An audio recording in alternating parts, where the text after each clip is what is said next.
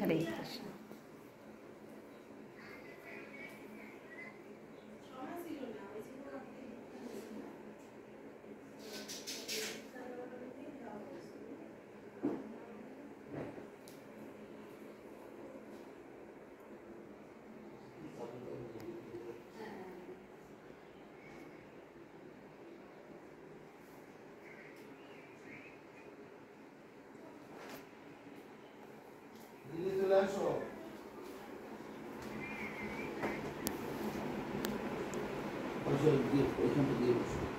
এইখান দিয়ে ঠিকঠাক আসবে।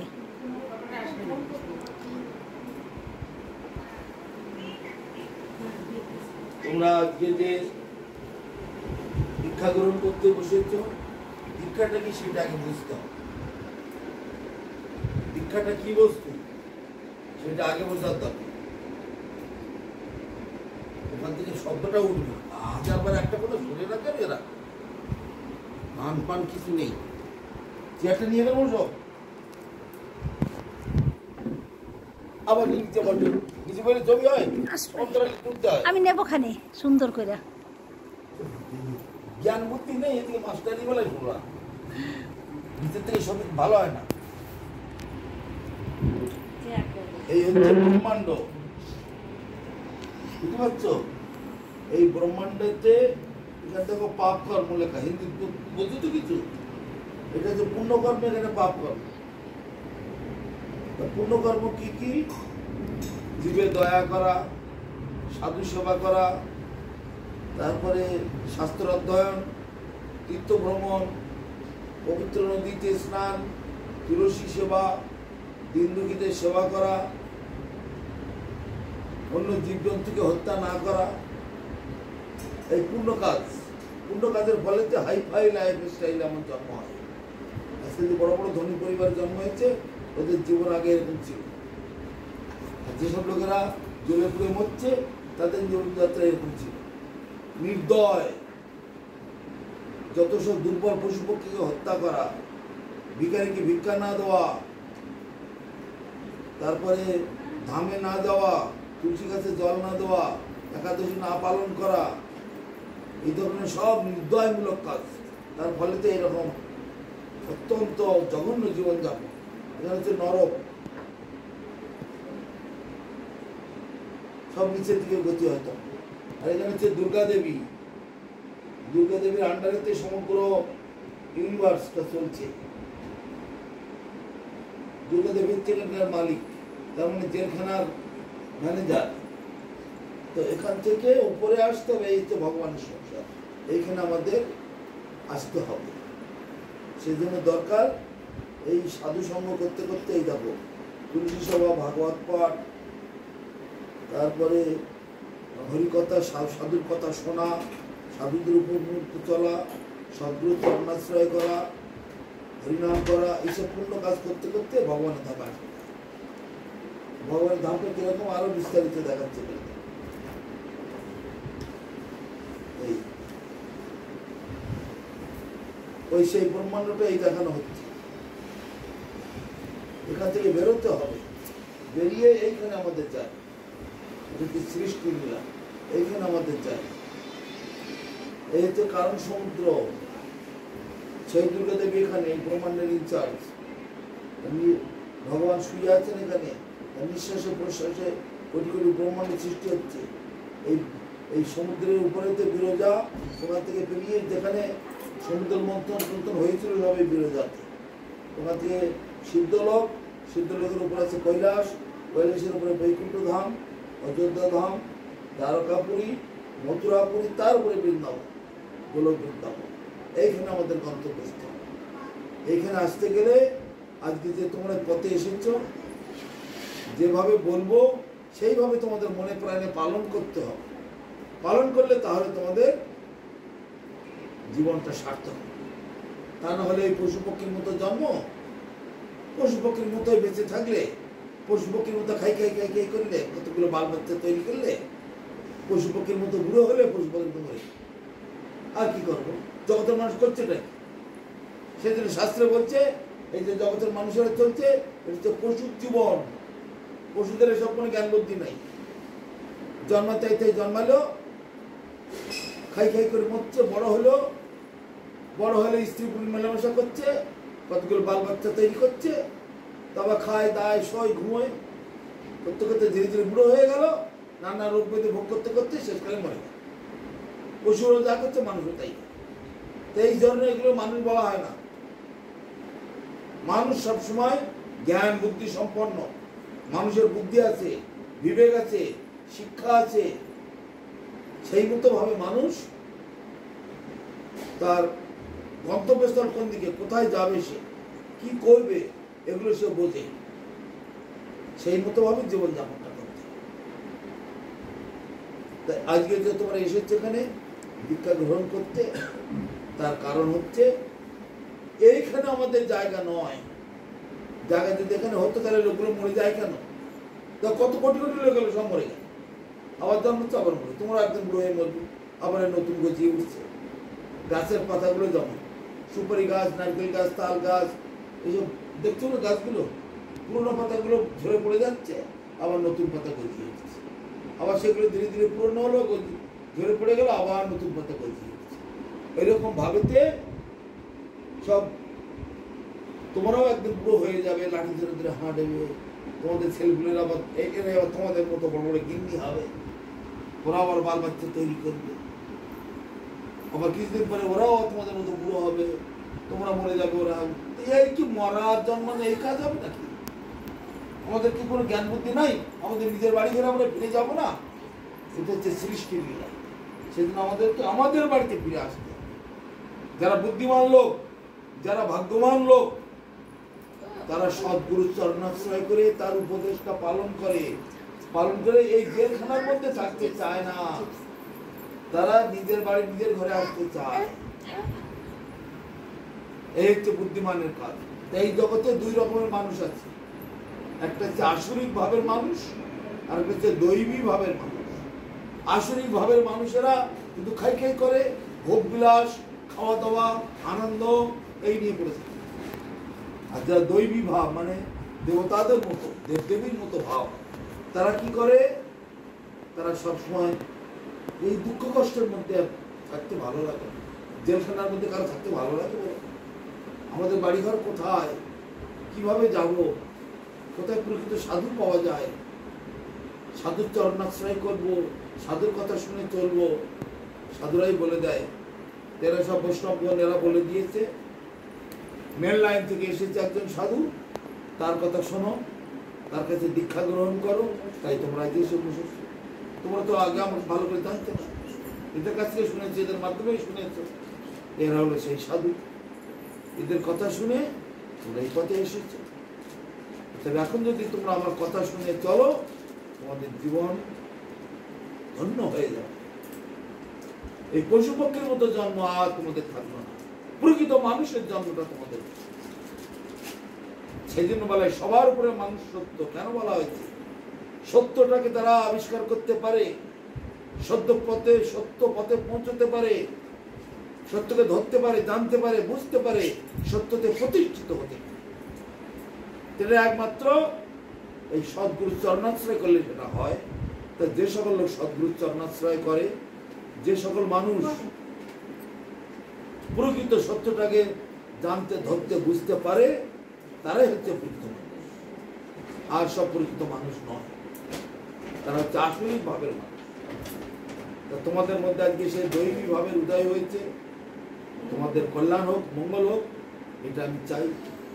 তাই এই সত্য যুগেতে আমাদের ধ্যান করা ব্যবস্থা ছিল, ত্রেতা যুগেতে যাগযজ্ঞের ব্যবস্থা, দাপর যুগেতে অর্চনের ব্যবস্থা, আর কলি যুগেতে সংকীর্তন। এখন আমরা আছি কলি যুগেতে, এখন আমাদের হরিনাম করতে। দেখছো এরা সব হাতে হরিনামের মালা নিয়ে জপ করে, সবসময় হরিনামের মালা তো। আর ঠাকুরকে ভোগ দিয়ে প্রসাদ পেতে, একাদশী পালন করতে, দুটো তিনটে কাজ। আমার বাড়ি, আমার ঘর, আমার ছেলে মেয়ে এইসব না করে সবই ঠাকুরের বাড়ি ঘর। আমিও ঠাকুরের দাসী, আমার স্বামী, আমার ছেলে মেয়ে, আমার ঘর সংসার সবই ঠাকুরের। এই ভাব, এই বিচারধারা আমাদের চাই। এর নাম হচ্ছে শিক্ষা, এর নাম হলো সুশিক্ষা। তারপরে ঠাকুরকে ভোগ দিয়ে প্রসাদ পাবো, একাদশীটা পালন করবো, মাসে 2টো করে একাদশী আসে, আর অবসর টাইমে হরিনাম করতে থাকবো। তাই বলে সবসময় হরিনাম করলে আর অন্য কাজ করবো করবো? সারাটা দিনের মধ্যে 24 ঘন্টা তো দিন রাত নাকি, আধা ঘন্টা 1 ঘন্টা কি পাওয়া যায় না? একটু ভগবানের নামটা করা, নিজের মঙ্গলের জন্য চিন্তা করা, বলো আধা ঘন্টা 1 ঘন্টার নাম কি সময় বের করে যায় না? যদি আমার রাস্তায় বেরোতে লজ্জা লাগে, লুকিয়ে করবো, ঘরে বসে করবো, কিন্তু নামটা অবশ্যই করতে। নাম রূপে কলিকালে কৃষ্ণ অবতার, নাম হইতে হয় সর্বজগৎ নিস্তার। অতএব কলিযুগে নাম যোগ্য সার, আর কোন ধর্ম কইলে নাহি পায় পার। হাজার হাজার দেব দেবীর পুজো করছো, ওর সময় নষ্ট করছো। গাছের গোড়ায় জল দিতে হয়, কেনা জল গাছের ডালে দিচ্ছ, পাতায় দিচ্ছ, ফলে দিচ্ছ, ফুলে দিচ্ছ, জল কিনে দিচ্ছ, জলটা তো সব নষ্টই হয়ে গেল। গাছের গোড়া শুকিয়ে ফেটে মরে যাচ্ছে, সে এক ফোঁটা জল পাচ্ছে। তো এই ডালে পাতায় জল না দিয়ে গাছের গোড়ায় যদি জলটা ঢালতে পারো, তাহলে এই জীবনটা ধন্য। এই হচ্ছে বুদ্ধিমানের কাজ। তোমরা যে বসে আছো এখানে 3টে দেহ নিয়ে বসে আছো। একটা হলো জড় দেহ, ভূমি অব তেজ মরুদ বম, এটা দিয়ে তৈরি। আর একটা হলো সূক্ষ্ম দেহ, মন বুদ্ধি অহংকার, সেটা দিয়ে তৈরি। আর একটা হলো দিব্য দেহ, মানে ভগবানের অংশ। তাই মহাপ্রভু বলছেন, ভোজন বিনা দেহ যেমন অবসন্ন হয়। তুমি একবেলা খাওয়া বন্ধ করে দেখি, তো দুর্বল লাগবে না বলো? আর একদিন না খেয়ে থাকবে, কত দুর্বল হয়ে যাবে, গা মাথা ঘুরতে থাকে, পড়ে যাই অবস্থা। তাই বলছে ভোজন বিনা দেহ যেমন অবসন্ন হয়, এই ভজন বিনা মানে এই যে কথা বলছি, এইটা বিনা এই আত্মা আমাদের জীব মানে জীবন, আত্মা, ওটা আমাদের আত্মহত্যা করা হচ্ছে। তার মানে আমরা আত্মহত্যা করে ফেলছি। ভোজন বিনা দেহ যেমন অবসন্ন হয়, ভজন বিনা জীব স্বরূপ আত্মহত্যা করা হয়। এখানে আত্মহত্যা 2 রকম। এক রকম হলো সজ্ঞানে, আর এক রকম হলো অজ্ঞানে। সজ্ঞানে কারা আত্মহত্যা করে? কেউ বিষ খেলো, কেউ গলায় দড়ি দিল, কেউ চলন্ত গাড়ি চালায় ঝাঁপিয়ে পড়লো, কেউ জলের মাঝখানে গিয়ে ডুবে মরল। এগুলো হচ্ছে সজ্ঞানে আত্মহত্যা। আর অজ্ঞানে এই কোটি কোটি মানুষ অজ্ঞানে আত্মহত্যা করছে। ওই যে বললাম, পশুর মতো জন্মালো, পশুর মতো বেঁচে থাকলো, পশুর মতো খাই করতে লাগলো, পশুর মতো কতগুলো বাল বাচ্চা করলো, পশুর মতো খায় দেয় ঘুমোয়, পশুর মতো বুড়ো হয়, পশুর মতো বলে। এগুলো হচ্ছে অজ্ঞানে আত্মহত্যা। সে আত্মহত্যাটা তোমরা করো না, এটা কোনো বুদ্ধিমানের পরিচয় নয়।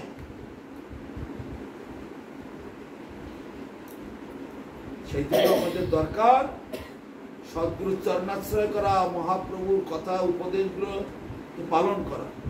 তাই মহাপ্রভু এসেছেন, জীব জাগো, জীব জাগো।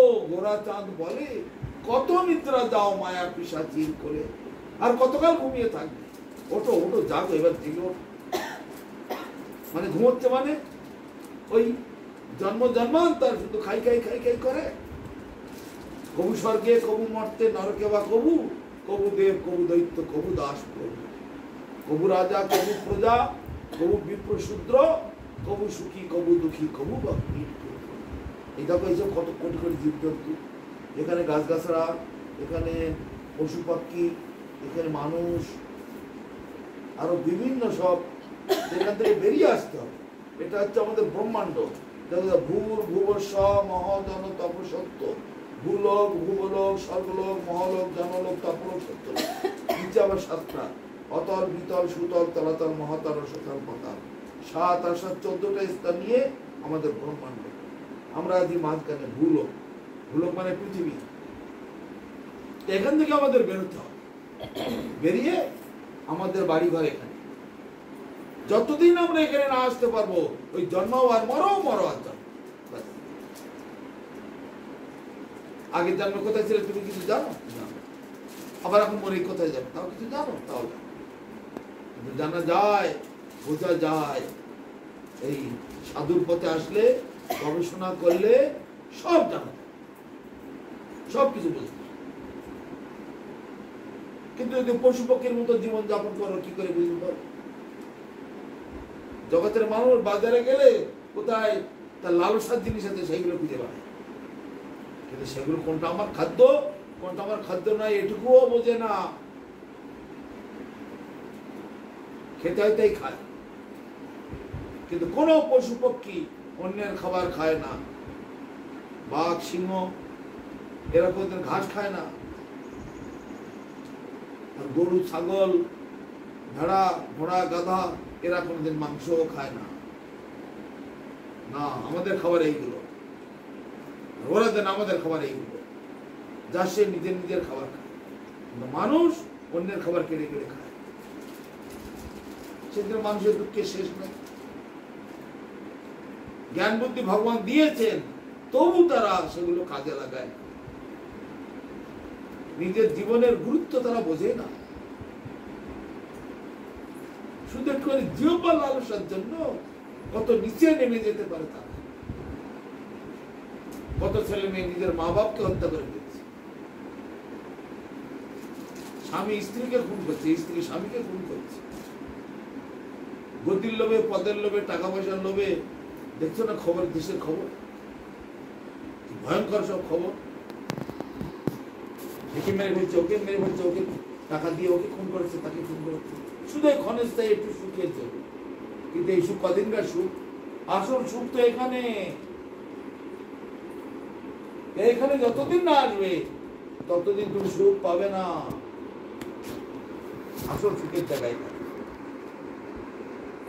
তোমার দরকার আমার আসল সুখ, সেদিন তোমার কল্যাণ। যাই হোক, তোমাদের সৌভাগ্য, ভাগ্য ভালো যে ভক্ত সঙ্গ পেয়েছ, তাই তোমাদের আজ মনটা খুলেছে, চিত্তটা জেগে উঠেছে। ভক্ত সঙ্গ না পেলে এই সুযোগটা হতো না। তাই বলছে সাধু সঙ্গে কৃষ্ণ নাম এই মাত্র চাই, সংসার তারিতে আর কোনো বস্তু না। যদি লাভে কৃষ্ণ নাম তো সাধু সঙ্গে, কৃষ্ণ নাম ছাড়া এই জগতে উদ্ধারের আর কোনো রাস্তা। চারটে যুগ এখানে চলছে, সত্য যুগে ধ্যান, ত্রেতা যুগে যজ্ঞ, তারপরে অর্চন, আর কলিতে সংস্কৃতি। এই কিছুদিন আগে ওখানে নামযজ্ঞ হলো, তো ওগুলো তো খানিকটা বারোয়ারি মতো হয়ে গেল।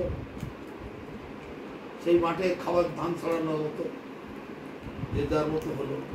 কিন্তু প্রত্যেকের নিজস্ব একটা সম্পর্ক, নিজস্ব একটা হিসাব কিতাব। যেমন উৎসবের সময় খুব দান ধন করে, খুব খেতে দেয়, তাতে কদিন চলে? সবাই নিজের নিজের বাড়িতে নিজের একটা ছোট দোকান হবে, নিজের একটা কাজ হবে, নিজের একটা ছোট পরিবার হবে, নিজের আয় ইনকাম করে নিজে নিজে উন্নতি করবে, নিজে নিজে স্বাধীনভাবে একটু ব্যবসা। তা নাহলে এখন কুম্ভ মেলা হচ্ছে, খাবারের অভাব নেই, যাও ওখানে গিয়ে থাকো, 1 মাস 1.5 মাস থেকে যাও, 3 বেলা পেট ভরে খাও, সব থাকো। কিন্তু মেলাতে একদিন ফুরিয়ে যাবে, তখন কি খাবো? এই জন্য নিজের একটা ছোট্ট সংসার, নিজের একটা দোকান, কি নিজের একটা চাকরি, নিজের একটা কোনো কারবার যাতে স্থায়ী হয়, সেই জন্য ওই নামযজ্ঞ হচ্ছে ওই মেলা খেলার মতো। কিন্তু নিজের একটা ছোট্ট দোকান, কারবার, বিজনেস হওয়া চাই। সেটা হলো এই দীক্ষা নেওয়া। নিজের ঘরটাকে ঠাকুর ঘর বানাও, নিজের ঠাকুরকে সেবা করো, ঠাকুরের ভোগ দাও, প্রসাদ দাও, এরা সব করে। ফল, মিষ্টি, শাক, সবজির অভাব নেই দুনিয়া। ঠাকুর হচ্ছে আমার একমাত্র আপন, এই জগতে আর কেউ আপন নয়। আপন যদি হতো, মা বাবারা মরে গেল কেন? দাদু দিদারা মরে গেল কেন? গ্রামের বুড়ো বুড়ো লোকগুলো মরে গেল কেন? এরা কেউ চিরদিন বাঁচতে আসেনি, আর কেউ আপন নয়। তোমার এই দেহটাও তোমার আপন নয়। আজকে যে কপালটা লাল করে আছো, ও দুদিনের জন্য। ওই যে লাল লাল সিঁদুর পরেছো, আমরাও তো পরি, তা আমাদের সিঁদুর হচ্ছে সাদা, কেননা এই সিঁদুর কোনোদিন মুছবে না। আর তোমাদের ওই লাল সিঁদুর দুদিন যাচ্ছে, যে কোনো দিন পুড়িয়ে যাবে। বলে এটা সত্য কিনা? তবে সত্য জিনিসটা নেব, আসল জিনিসটা নেব না নকল জিনিসটা নেব? জগতের প্রতি, আসল প্রতি, জগৎপতি তার সিঁদুর হচ্ছে। তো ওই সিঁদুর দুদিনের সিঁদুর, ওই সিঁদুরের কোনো মূল্য নেই। কুলাচার, লোকাচার, সামাজিক একটা ধর্ম কর্তব্য করতে হয়, তাই করছে। কিন্তু আসল স্বামীর দিকে লক্ষ্য করতে হবে।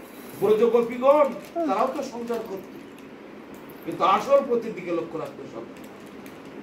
তার জন্য তারা কাত্যায়নী মায়ের পুজো করতো।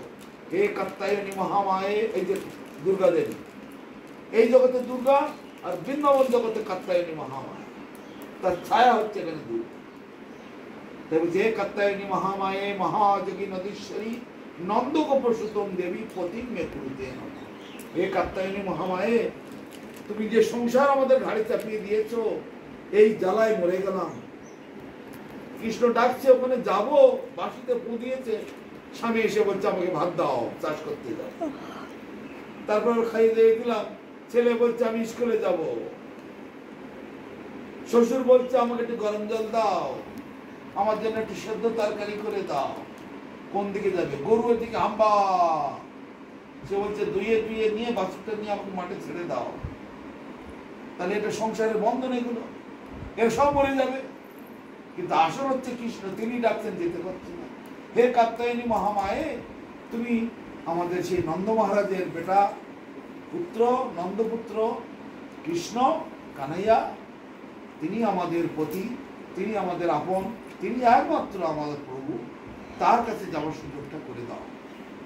তুমি এই বাধা, এই ঘর সংসার, ছেলে মেয়ে, নাতি পুতি, গরু ছাগল, তারপরে আত্মীয় স্বজন পরিজন, এই ঝামেলা থেকে মুক্তি দিয়ে ভগবানের কাছে সেবার জন্য সুযোগ করে দাও। এইটা ব্রজগোপীরা এই প্রার্থনা, তাই জন্য তারাই কৃষ্ণকে পেয়েছিল, আর কেউ পেল না। যে ব্রজ ভাবে, গোপী ভাবে এই চরণে সেবা হচ্ছে। চারিদিকে কোটি কোটি ব্রজগোপীরা নিত্য কীর্তন করছে, মাঝখানে রাধা কৃষ্ণ বাসিকা করছে। এই আমাদের গন্তব্যস্থান। আমাদের গুরুবর্গেরা যারা এসেছেন ওখানে সিংহাসনে দেখতে পাচ্ছ, এরা সব এখানকার এই গোপীরা, কেউ গুরু সেজে এখানে চলে এসেছে। সেই জন্য সেই সদ্গুরু, তাদের চরণে আমরা আশ্রয় করি। এখানে রয়েছে এই গুরুবর্গের ছবি দেখতে পাচ্ছি, এরা সব এই বৃন্দাবন ধামেতে, এরা হচ্ছে এইসব গোপীরা, গোপিনীয়েরা। এরা সব মানে ভক্ত সেজে, গুরু সেজে, পুরুষ মানুষ সেজে জগতে এসেছে, এই জগতের মানুষকে উদ্ধার করবার জন্য। লোক সেটা যারা জ্ঞানী গুণী লোক তারা বুঝতে পারে, সাধারণ মানুষ এত বোঝে না। তোমাদের কল্যাণ হোক, মঙ্গল হোক। তোমরা যদি এইভাবে নিষ্ঠা সহকারে চলো, এরা সব ভক্ত লোকেরা সব করে তোমাদের জীবনটা ধন্য হবে। তা না হলে এই পশুর মতো জন্ম, পশুর মতো বেঁচে থাকা, আর পশুর মতো কি বলবো। যাই হোক, খুব সহজ, অন্য কিছুই না। ভগবানকে দেওয়া যায় না, সেইগুলো তোমরা যথাসাধ্য ভালো ত্যাগ করার চেষ্টা। আমি পুরো চাপ দিচ্ছি না, এক্ষুনি ছেড়ে দাও।